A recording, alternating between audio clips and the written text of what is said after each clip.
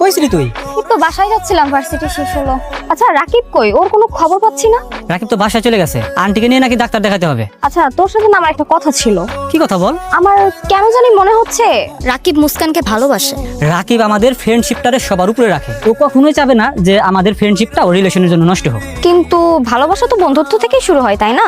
সেটা ঠিক বলছস। আচ্ছা ঠিক আছে, আমি রাকিবের সাথে এই বিষয় নিয়ে কথা বলবো। আচ্ছা এখন কই যাবি? এখন তো বাসায় যাব। তাহলে চল।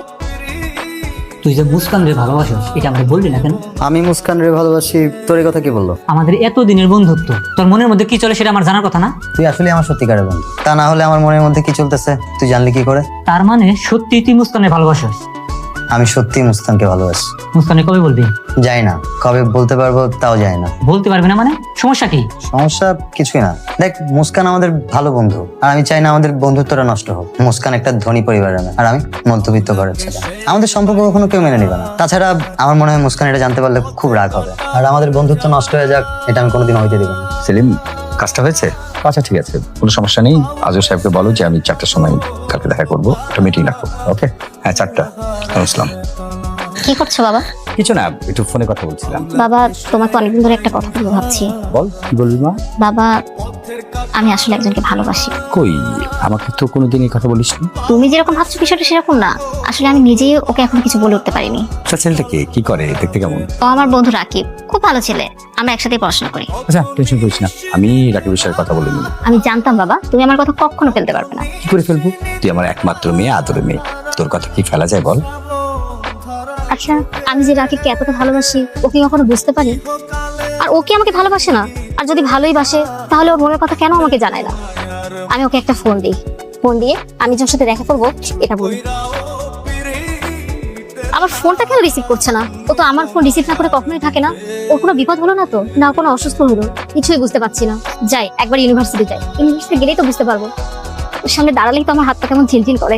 না না মুস্কান, হাত পা ঝিনঝিন করলে চলবে না। আজকে যেভাবে হোক আমার মনের কথা তোকে জানাতেই হবে।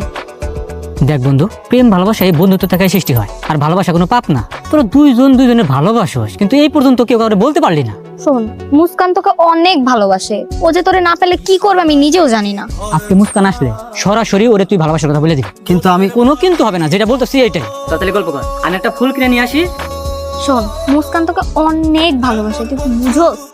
কি পড়লো চোখে, দেখ তো একটু। কি বলবো, চশমা করে পড়তে চোখে কেমনে যায়? দেখি টাকা সে মনে হয়, দেখি টাকা হয়েছে। মুস্কান তুই?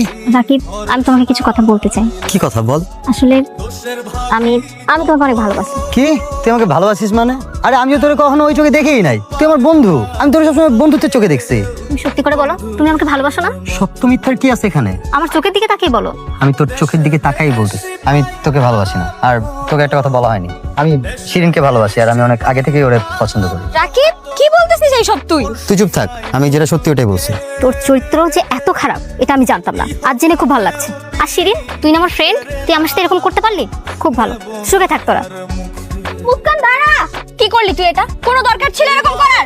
দেখ, আমি যা করছি পরিস্থিতি শিকার, তুই আমাকে ক্ষমা করে দিস। I am sorry.